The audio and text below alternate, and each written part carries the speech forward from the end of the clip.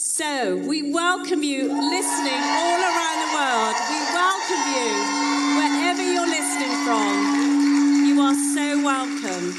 And we welcome you to She, the Chapters, our new series for the whole of this year. It's going to be so exciting. And I'm excited to bring this new series to you. You know, because we're all writing our stories. We just had Meg's story that was so wonderful. But we're writing our own story.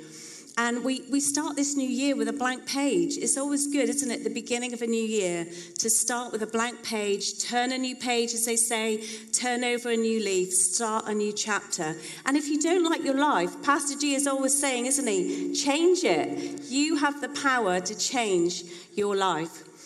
So, but we all are writing our own unique stories.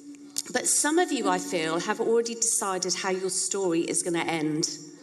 Because you don't believe in yourself enough. But I say to you tonight, God hasn't finished with you yet. He hasn't finished your story. He is still writing your story. And so don't put a full stop where there should be a comma. Because some of you have taken yourselves out of the game. You've put a full stop. You've sat on the bench. But God is saying, no, that was a little comma. Maybe it was something of hurtful that happened to you, or something of unforgiveness. But God is asking you to move on and to remove that full stop. You know, Tipp-Ex is a great thing when you're writing, you know.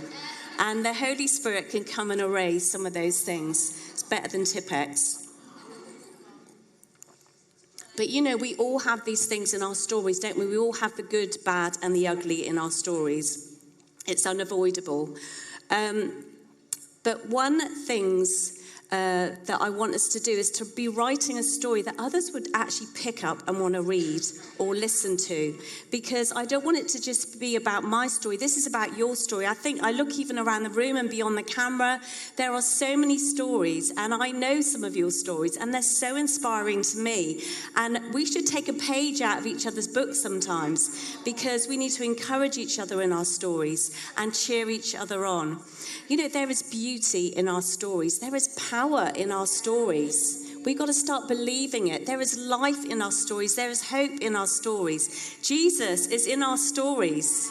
And that's why we're all here tonight, right? Because Jesus is in our stories. And his is the greatest story ever told. And we're here because of his story. And I just love that. And so our stories are so important. And at the end of the day, when we've left this earth, that's all that there is left, is our stories, our legacy, what we're going to leave for our children. And you have the power of choice. We have the freedom of choice. God has given us all the freedom of choice, which is such an amazing gift. So we're writing our stories, and a lot of it is by the choices that we are making. Our stories don't happen to us by chance. They happen to us by choice. And of course, things happen to us that are terrible sometimes, and we don't choose them, but we still choose how we respond to some of those things. So it said it in the trailer, but the author, this is quite a statement, but the author of your memories is you. You ever thought about that? Sometimes we think, oh no, God's writing my story.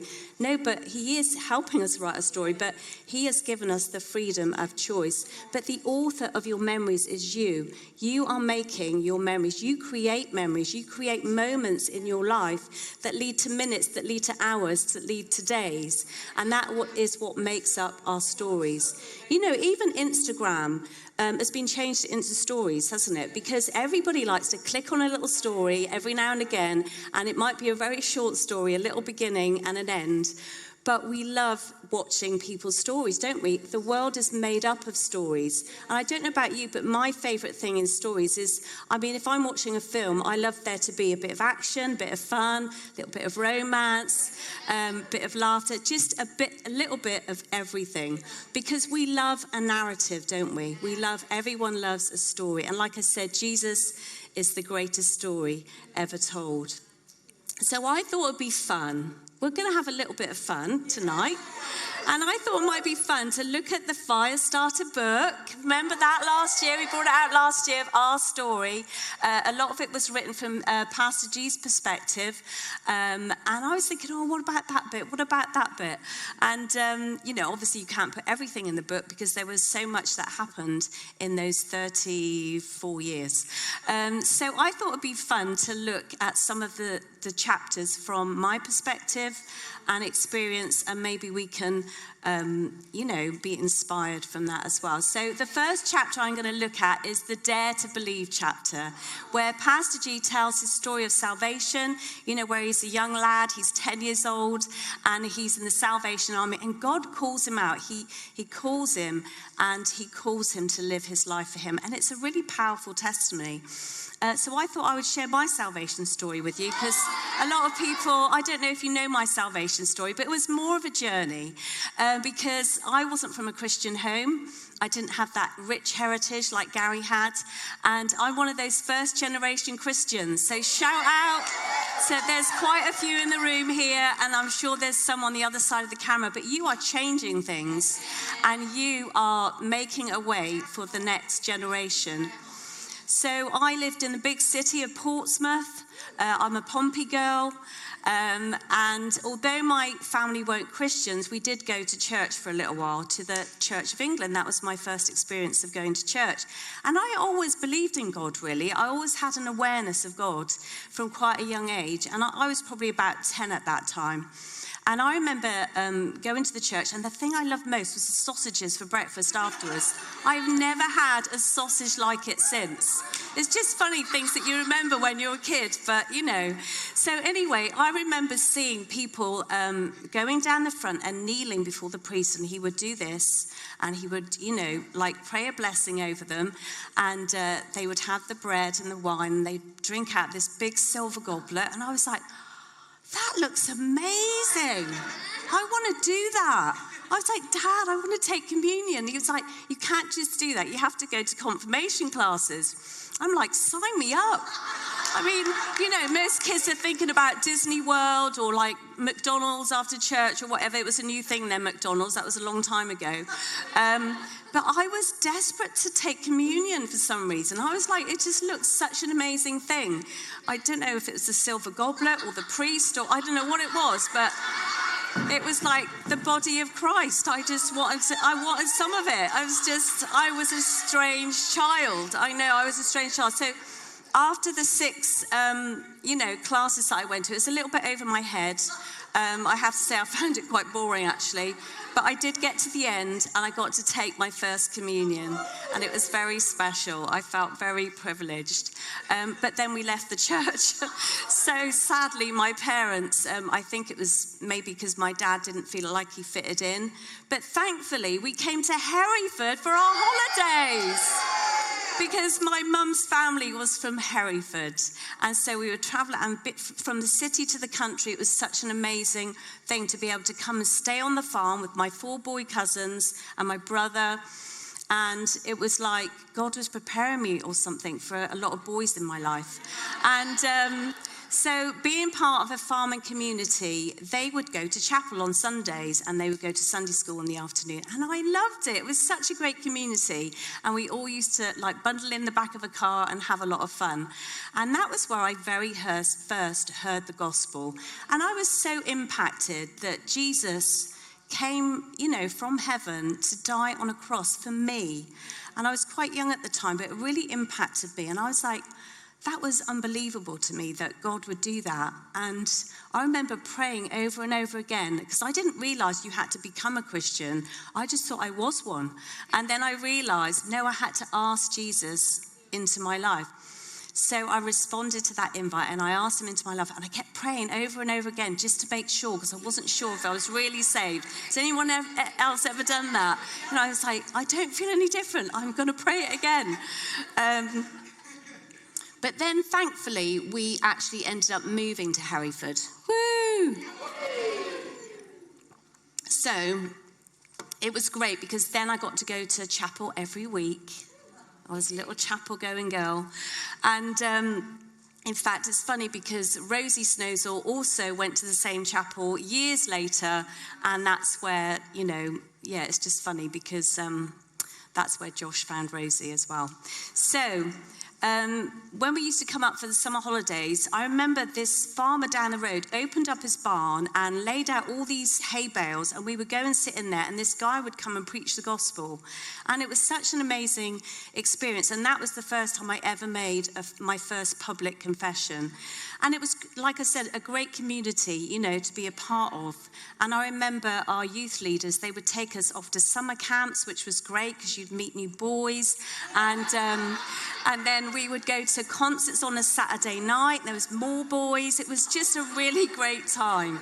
And then I got to the stage where I was like, okay, I'm serious about this faith. I was about 16 then, and I thought, right, I'm going to get baptized. Made that decision. It was a very cold October day. I don't know why I didn't choose it in the summer, but it was an outdoor swimming pool. It was freezing cold. I went down in the water one colour and came up a completely different colour. I don't know if that happens to everyone in baptism, but I got baptized. And, and I was really serious at that point about my faith. But who knows that after you get baptized, temptation comes, doesn't it? A test comes. And we need to be prepared for that. And so my temptation was there. It came along. I was getting interested in boys. I was 16. And the only boy I wasn't related to in my chapel, he likes me. And yes. And although, it's true what they say. If someone goes to church, it doesn't make them a Christian. And I thought, I didn't honestly step out in disobedience because I thought he was a Christian. He went to chapel, so I just thought, well, he's a Christian. But then I realized he didn't act like a Christian. He didn't behave like a Christian. He didn't treat me like he was a Christian. And he actually had a really bad effect on my life. And it was like quite a slippery slope. But when you make those small steps of disobedience, it's like an erosion that takes place because it's small steps, and you don't realize that over a period of time that you are actually stepping away from God. And it was a real slippery slope. And, he used to say things to me like, oh, I'll see you tomorrow night. And then I'd be all excited.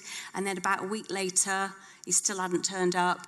Sometimes 2 weeks later. And in the end, my self-worth was so an all-time low because I thought, I just used to hang around waiting for him. What a twit.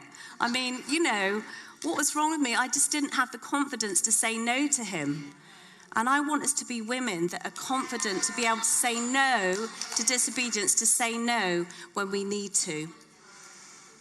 And so and even if we did go out, he was always pointing out some other pretty girl in the room. And so it really didn't do my confidence much good at all. But I went out with him for about 2 years, which was terrible. I know, you're all pulling faces, it's true. What a terrible mistake. And then on the back of that, I went away to college, to agriculture college, not Bible college like Gary went to. I went to the other side. So I went to the wild side for a little while. And, I remember sharing with you last year, I thought, I'm free. I'm free of going to chapel. I'm free of my family. I can do what I want. But actually, I felt the least free that I had ever felt before because I was living a lie to myself. I was living like a person that I didn't recognize, really. I was going out drinking, partying. I guess, what some people would think is quite normal. But it says in James 4:4, it says, you're cheating on God if all you want is your own way. Flirting with the world every chance you get, you'll end up enemies of God and his way. Submit yourselves to him.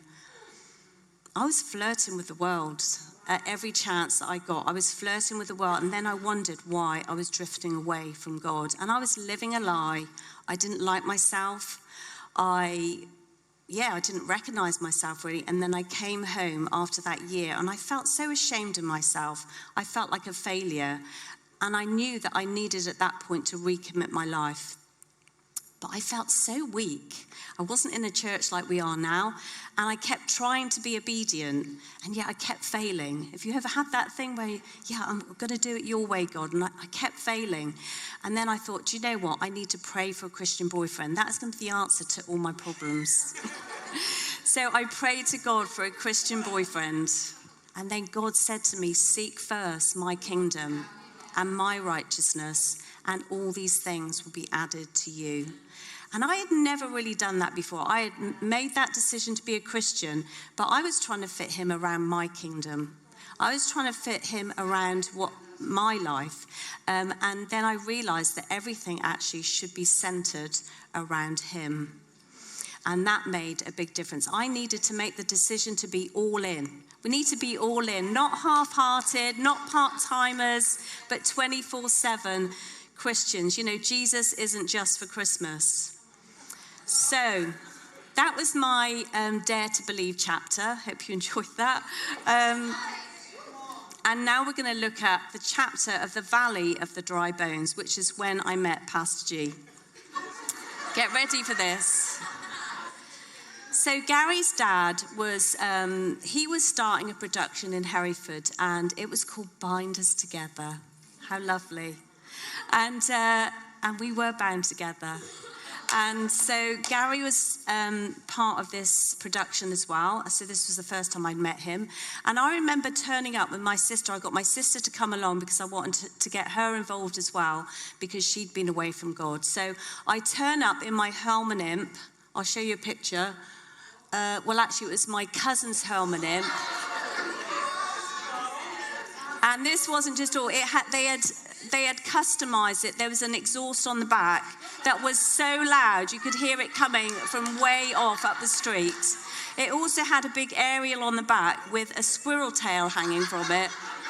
So here I came up the road, and Gary took his first look. And I think he thought, what on earth is she? And it made a heck of a lot of noise. So I did make a little bit of an entrance. But all the youth from all the other churches were there. It was such a great thing to be a part of. It reminds me a little bit of Salt Winds, because we were coming and doing dance and drama, and I thought, I've recommitted my life. I want to get my teeth stuck into something, and this was it. And so I kept saying to my sister, what about that Gary? He's cute. Why don't you go out with him? He'd be lovely for you. He's such a nice lad. Why don't you go out with Gary? And then when we were lay on the floor in the Valley of the Dry Bones, making our jagged shapes, our eyes met across the bony bones of that valley. And our eyes met across that valley, and yeah, I think I was laughing because it seemed so ridiculous. And to my shock, he asked me out, because I was trying to get him to go out with my sister. I had no idea that he liked me at all. They say love is blind. But he actually asked me out on a date, and it was to go and watch something at the theatre that a mutual friend was in. So I just thought, just going as friends. I picked him up in my dad's car because he couldn't drive, because he was too young. And I taught him how to drive. He denies it, but I did ask him about it. And he was waiting on the side of the road for me, sat there looking so cool. I remember exactly what he was wearing. Double denim, girls.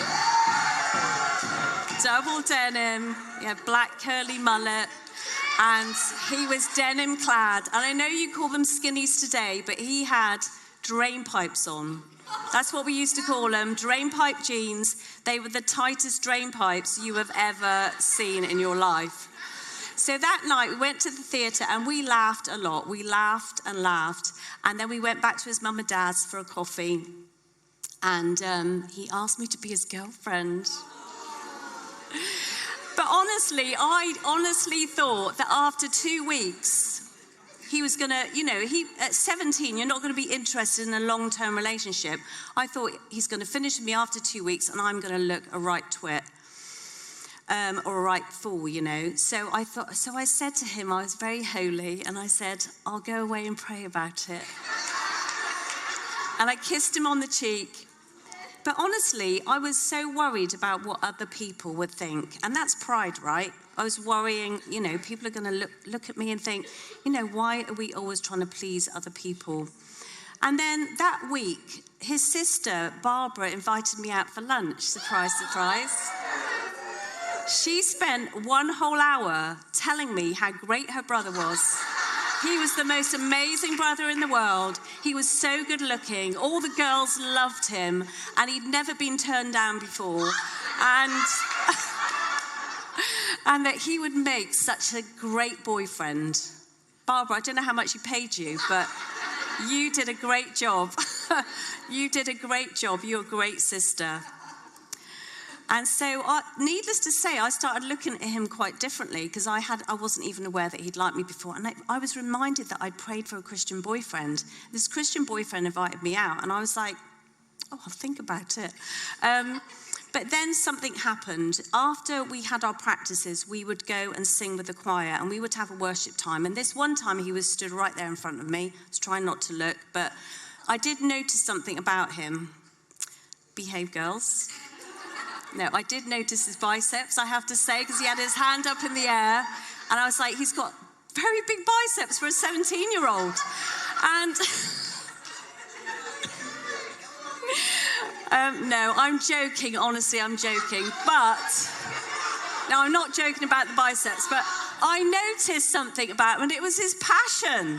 I noticed his passion. It was right there, all the way back then, that wildfire passion, because he was singing with the whole of his heart, and it really attracted me to him. That was what really attracted me, and it was amazing because I'd never seen that before. I'd been in chapel with all these lads, and they just like mumble, mumble, mumble, and that was their form of worship. They would just mumble. But I had never seen this wildfire passion, and he was singing with all of his heart. So girls, if you've got a list, put that on the list. Find someone that is passionate for Jesus, because it makes all the difference. So, but he had gone a bit cold with me because he thought I was saying no, but in a nice way. So after 2 weeks, I went to him and said, I've had a pray about it. And the answer is yes. So we had the summer together, summer loving. We need that song playing now. Summer loving. We had the summer together, and it was the greatest adventure. We became great friends. We went fishing together. We went snorkeling together. We went to the beach. We went, what else did we do? Fishing. Did I say that? Fishing, and what was the other thing? Horse riding. We went horse riding, and then he would appear with great big lumps of meat, like, joints of meat, and he'd say, cook this for me.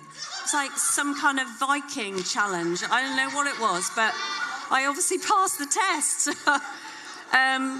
But then he was going away to Bible college. You can understand, can't you, at this point, why Pastor G wrote the book with Josh, because I don't think many people would have read my version of it. So... But he did actually say, do you know what? When I go to Bible college, this is going to be make or break time. And I thought, oh, here it comes. He's going to break up with me now. But no, he said, I think we should make a go of it. Yay! And so a few weeks after that, we were in the car together. We dropped off all the youth. And then he pulls over on the common, a common not far from here, Woolhope Common. And the full moon was out, and he leaned over. I remember again what he was wearing. He had his trilby on, stripy jacket, skinny leather tie, drain pipes. And he leaned over and he said, how do you fancy being a missionary's wife? And I was like, do you know a missionary? I was like, I didn't realize it was a proposal. And so after I was thinking mud huts and, well, I do live in a caravan now. So anyway, the answer was obviously a big fat yes. And we secretly got engaged at that moment. And then 3 months later, we went public with it because he had to save for a ring. He was a dustbin man in between college. Yeah, it wasn't a joke, Karen. He actually was a dustbin man. But, this story must have seemed so foolish to some, And then I remember he came and asked my dad. He was like, Alfie, could I take the hand of your daughter in marriage? And my dad, I thought, what's my dad going to say? He's going to say, you're far too young. And he was like, my dad was a Scotsman. He said, well, how are you going to provide for her? And I was like, oh my gosh, Dad, you just want to get me off the payroll. And he said, don't worry, Alfie, it's fine. I'm a student at college, but I'm going to send her out to work. And my dad was like, aye. Oh, okay then. So needless to say, in those couple of months, my whole life changed. But it started with obedience. And I got to say, God breathed on the valley of the dry bones. He breathed his air and he has raised up an army. That's what God can do when you walk in obedience. So I want to talk to you a little bit about the power of obedience today. So you still with me? Yeah? So I don't know if you noticed it, but when you step out in faith or obedience, there's always someone that pipes up, isn't there? There's always someone that wants to remind you of your limitations, wants to remind you of what you don't have, wants to speak negativity over you. And, often it's because they are coming from a place of limitation themselves, but they want to keep you in a box. And, so I want us to take a page now from David's book, because we love to take pages from people's books and learn from them, don't we? And so in 1 Samuel, I'm not going to read it from the word because we've got other scripture coming, but he was King David. Well, he wasn't king at the time. He was the boy. He was the shepherd boy. And his dad said, can you go down to the battle line and take your brother some sarnies? So he got his bread and cheese, and really he was obedient. It was like a small task, and he went down to the battle line. And when he gets down there, he sees and hears what's going on. He's like, flipping heck, we're in trouble. These people, nobody's standing up to fight against Goliath. And he sees Goliath. He's like, I've taken down the bear. I've taken down the lion. I reckon I can take this dude on. He's like, yeah, I can do this. And yet his older brother is there. What does he start doing? Setting limitations on David. He starts saying, you can't do that. Get back to your sheep. Get back to the field. He starts accusing him of selfish motives. And David at that point could have shrunk back. He could have been so intimidated. After all, it was his brother. But then he turned to someone who gives him the answer that he needs. He doesn't argue or defend himself really, but he remains submitted and humble. And what does the Lord do? He lifts him up that day. And David runs down to that battle line and he gets the victory of the day. I mean, I'd love to have seen his brother's face. But his brother wasn't standing up to fight Goliath. But when David was going to fight him, he starts putting limitations on him. And that's what happens in our lives, doesn't it? And I just want to say, don't settle for living under the approval or expectation of anyone other than God. His voice should always be the loudest in our lives. We experience this kind of thing on our journey from so many people that actually should have been an encouragement to our lives, telling us to give up at times. They were like, why don't you just give up? When are you going to come to your senses? When you keep wasting your time trying to build this church and nobody really is interested. And, at the point when you're discouraged and disappointed, it would have been so easy to listen to those voices. But there's something rose up within me. And I was like, no, we are not backing down. We are not giving up. And there was something of a fight came over me. And I was like, I wanted to silence that spirit because I was like, no. And something in me rose up. And I was surprised at myself even. And I finally found the confidence to say no to disobedience and to speak up for something that I believed in. And I realize even now that it was because of the failures in their own life. It was because of their limitations that they tried to put that on other people. So in Galatians 1:10 it says, am I now trying to win the approval of man or God? Or am I trying to please people? If I was still trying to please people, I would not be a servant of Christ. Why are we always so worried what people think?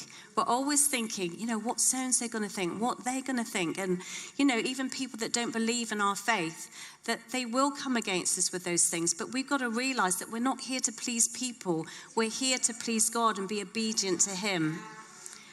See, obedience isn't just saying yes to God. It's saying no to the devil as well.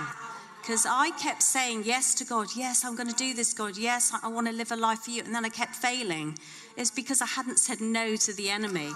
And we need to submit to God, resist the devil, and he will flee. We can't serve two masters. It just doesn't work. Psalm 37:4, it says, take delight in the Lord. He will give you the desires of your heart. And I love that verse. And so often I've prayed for people. I've been like, God just wants to give you the desires of your heart. And he does. But first, we forget the first bit. Take delight in the Lord first. Seek his kingdom first. Take delight in the Lord first. And then these things will follow. He will give you the desires afterwards.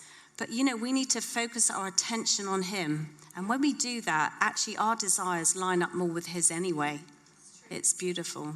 So we need to be submitted. We need to remain submitted to him.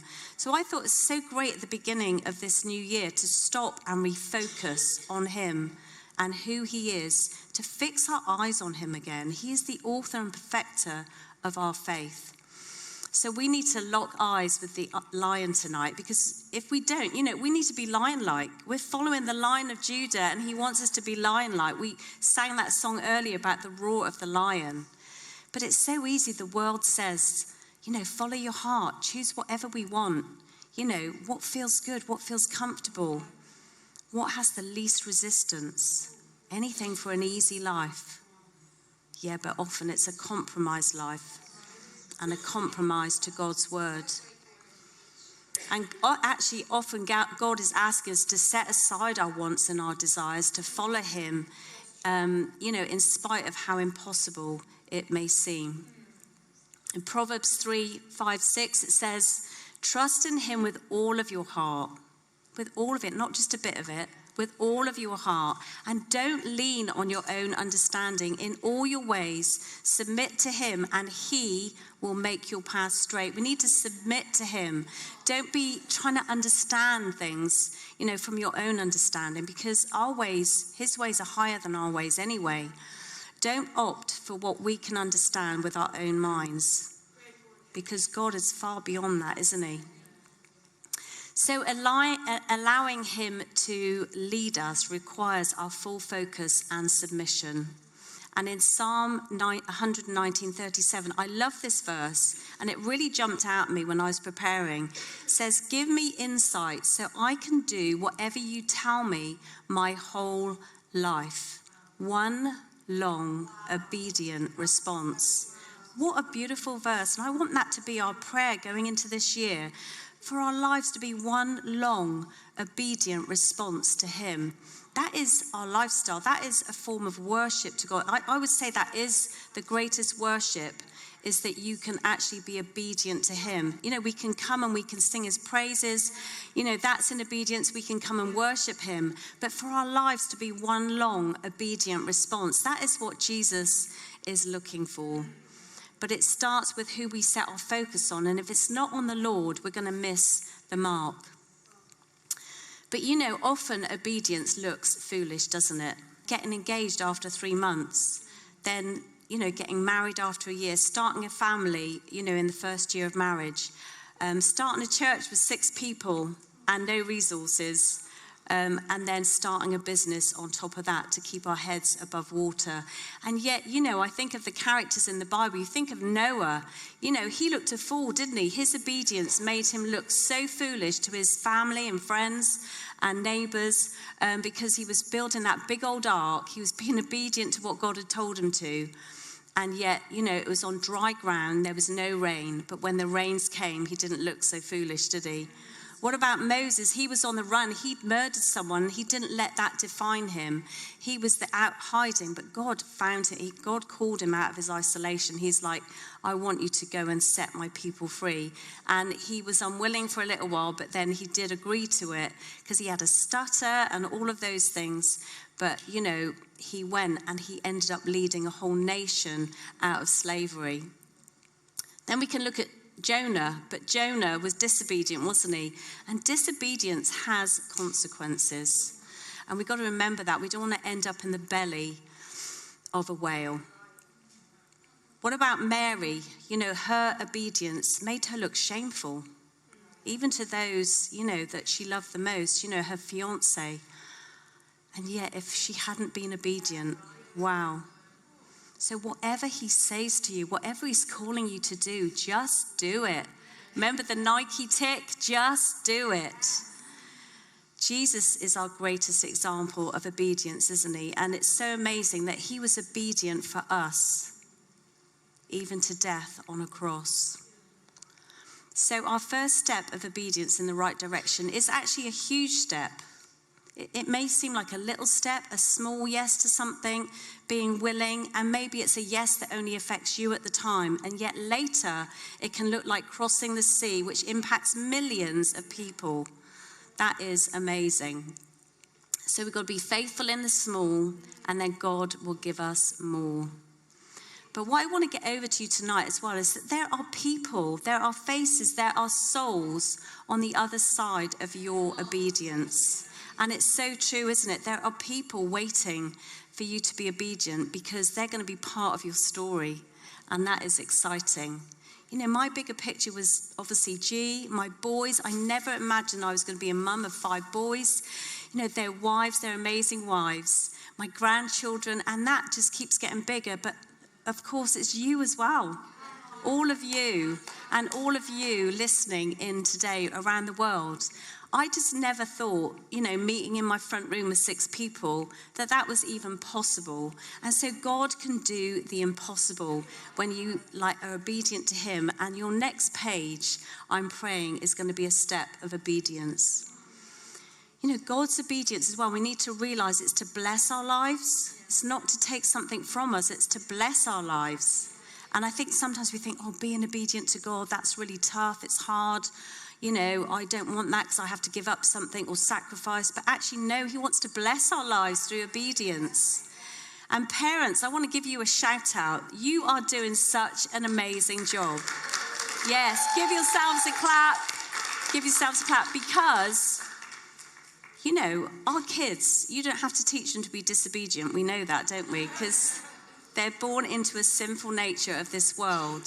And, you know, they're automatically disobedient. And you know, often as adults, they just carry on the same. But if you want to set them up to win, aim them at the target of obedience. Because you will set them up to win in this world if you do. Because if you set them on the target of obedience and they're obedient to you as parents, they're more likely to be obedient to God. And that is a powerful thing. And you are setting them up to win in this world. So let's just take a look at this little video. This kind of sums it up. Look at me. You can have fruit snacks, but you can't have them right now, okay? You gotta wait. You gotta wait until mommy and daddy come back, okay? You can't eat these yet. You gotta wait until we come back. I'm gonna leave them right here. Don't touch them. Wait, okay? We're gonna come back. Don't eat them yet. Don't eat them. We'll be right back. We just gotta go get something. Just wait a second.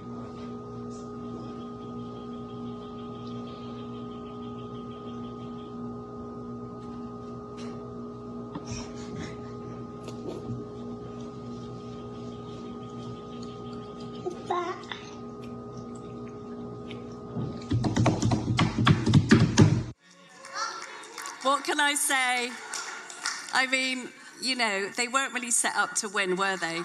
But that is the reality of what we're up against. You know, we are in a sinful nature, and we have to work overtime to be obedient sometimes. But, you know, we're laughing at that, and it's funny and it's cute.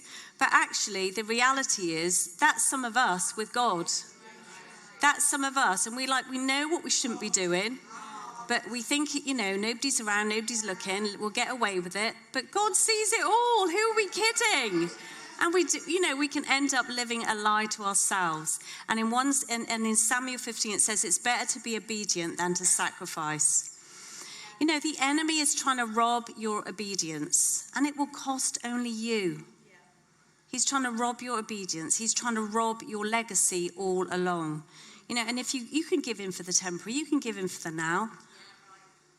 But you don't want to give up for eternity. Obedience is hard, but the reward is so great. And it's all part of fruitfulness. Obedience actually equals fruitfulness. And Pastor G has been doing an amazing job preaching on 100-fold. And this is all part of the 100-fold. This is all part. We have to be obedient in order to see fruitfulness in our lives. But the enemy, he knows our weaknesses, doesn't he? He knows where to target us. With me at that time, back then, was relationships. I remember the enemy saying things like, if you wait for that partner, you'll be single forever. You'll be left on the shelf. And, the enemy loves to tell us those lies. And don't get into a dialect with him, because that's what Eve did. Silence him, submit to God, and the enemy will flee. And it was funny because that week that G asked me out, or over that couple of weeks, another guy asked me out. He was a bit older than me. He was a farmer. He had his own farm, his own house, his own car. And it's like the enemy was like, this. And God was like, the 17-year-old boy that is passionate for God. And I made the heck of a right choice, I can tell you. Thank you, Lord. I'm so grateful. I wouldn't have wanted to miss out on any of it. And I loved hearing Meg's story as well, And I remember praying for her when she came to something called Devil in the Detail in Hereford. And she told me that she was going out with this lad and that she needed to give him up. And I remember praying with her because obviously I'd been through that myself. And I remember watching her journey then. She didn't just hang around, waiting around for some bloke to come along. No, she got involved. She lived her life full. And she went on the greatest God adventure. And I got to say, I was looking at her life there and thinking, gosh, it's been a good many years. But that in comparison to eternity is a very small amount of time. And it puts it all into perspective. So Jesus, our beautiful Jesus, was obedient for us, wasn't he? To death on a cross. And you were the joy set before him. He did it for you. He was obedient for you. Why we need to be obedient for him. So I want us to make a fresh declaration this year, to walk in obedience this year. And it's going to help us also to maintain that freedom that we found last year. We need to seek his kingdom first. We need to delight in him first. We need to reset our focus on him. And maybe your obedience, maybe it's nothing to do with relationships. This isn't really about, that was just an example. But this is about obedience tonight. And maybe your obedience right at the beginning of this year is to forgive somebody. I heard from someone today that has been struggling with that for a long time, and they've finally forgiven that person and they feel so free. Maybe that obedience is to finish with someone that you know that you shouldn't be with right now. You're the only one as well that knows whether you're walking in disobedience or not, you and God. And if you know that, you need to make yourself accountable. Stop flirting with the world and make yourself accountable. Maybe your step of obedience is to start tithing because you've never trusted God with your money. And maybe this is the year that you trust God with your money and see him multiply it. Maybe it's a simple yes of volunteering. And, in our church, you don't know what that step will lead you to because it's a small step of obedience, but God will give you more as you're faithful to him. So that let's all of us, the next chapter of our story, the next page in our book, start with obedience at the beginning of this year. And I want you to go away from tonight and maybe name some of the negative voices in your life that are coming and putting limitations on you. Recognize who is quick to put those limitations on you. And then write down the names of some people who will point you to something greater, which is God. Reach out to them for their counsel and be accountable. But let us now, our heart response, we want it to be that prayer of one long, obedient response. And we need to surrender to him. We need to submit to him. We need to walk in obedience as we go into this year. And you will see such a huge difference from it. You will see your book will multiply. It will flourish. And people will take pages out of your book and be inspired by it. So I pray right now, God, that, that we come to you, God, and we want our lives to be one long obedient response to you. We want to recommit our lives to you in whatever way that is. If there's places in our lives of disobedience, God, we want to come and commit to obedience this year. So, Lord, I pray that prayer. I pray obedience over our women here tonight, God. Some of our women here are making huge decisions that is going to impact the rest of their lives. And so, God, I pray that you'll be in those decisions and that they will be obedient to you as they go forward. Amen.